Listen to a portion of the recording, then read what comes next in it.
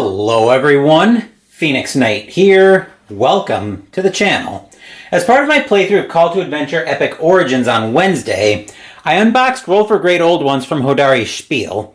This was a game that came in from Germany, and admittedly my first reaction, like I said in that video, was, what is this? When I saw Deutsch Post.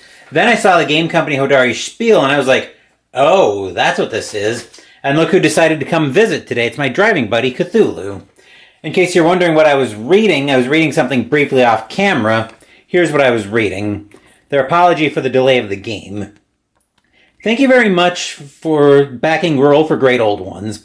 We wish you a lot of fun playing and defeating cultists and Great Old Ones, or dying and being defeated. This is all part of the experience, as anyone in the Cthulhu mythos can tell you.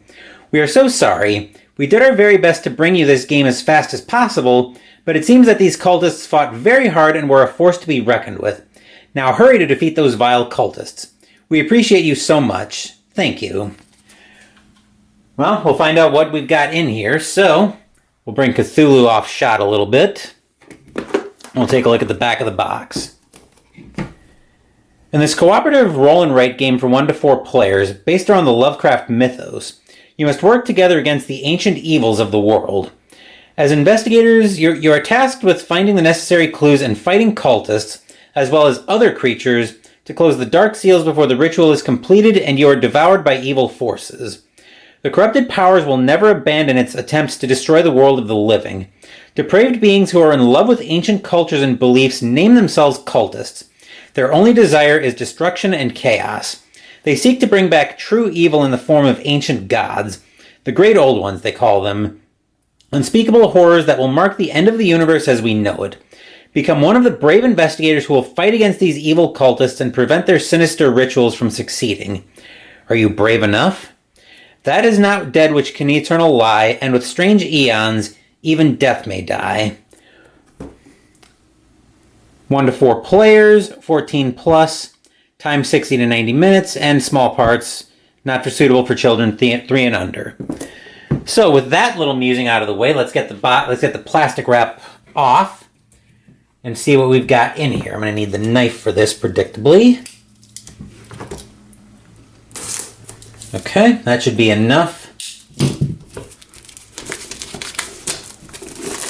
Indeed. Okay.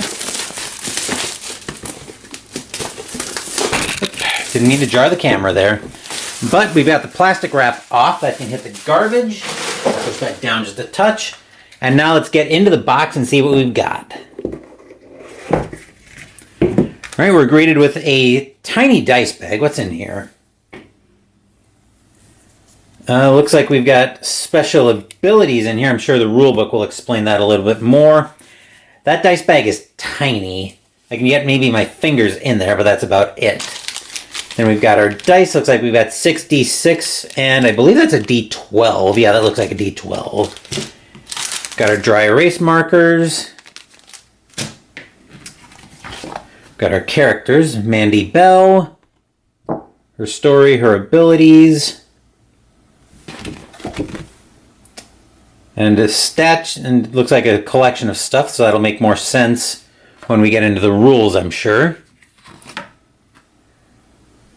Reuben Smith. His abilities look to be the same as the back of his sheet looks to be the same as Mandy's. Sally Jones.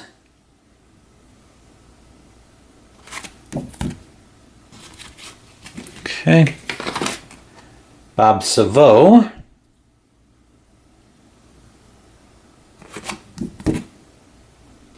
Okay.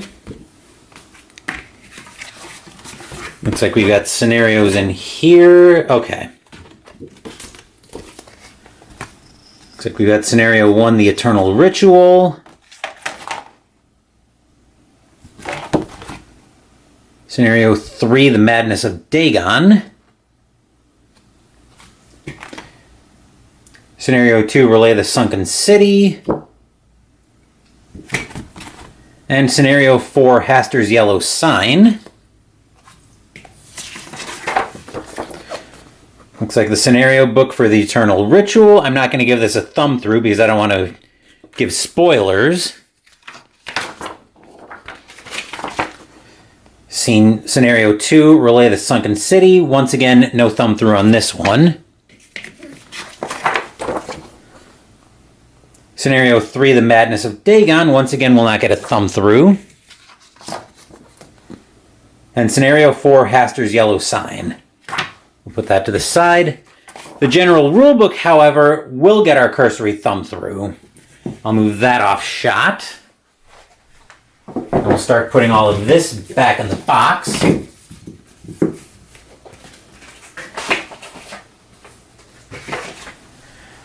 Okay. I think we'll bring this back in the box as well. We'll see if we can tip the camera down just a touch. Yep, perfect. Cthulhu can move out of shot, and we'll give the rulebook our cursory thumb through. Looks like it's glossy paper. Seems like it's going to be fairly thin. Hopefully not too thick. 1 to 4 investigators. We got the overview, scenarios, level of difficulty, abbreviations, and the diary entries. Setup and all of that. Goal of the game, gameplay, and sequence of the round. Round in detail, which is always good.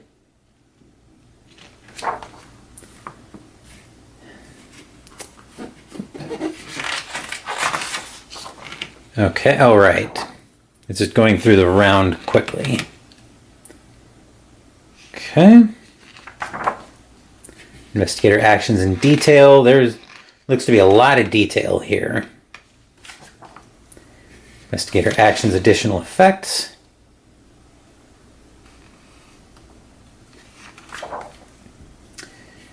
Other clarifications.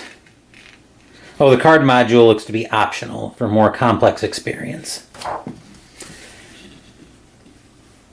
And this looks like quick reference, presumably, but that's everything in the box for Roll for Great Old Ones. I'll get this all put away.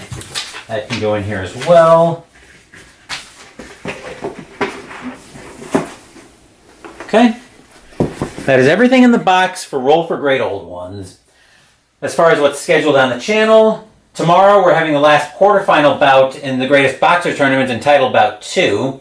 Then I'm expecting the end of October recap to be tomorrow as well. Wednesday we'll be starting New Game November with our first new game of the month, Terraforming Mars the Dice Game. Next week, Mystical Munchies will be in a new cookbook, but I'll detail that during the end of October recap. Thank you for watching the video. Please give the video a thumbs up and subscribe to the channel. Be sure to turn on notifications so you get my content. Be well, stay safe, take care of yourselves and your loved ones, and I'll be back with more videos in the future. Until then, take care everyone.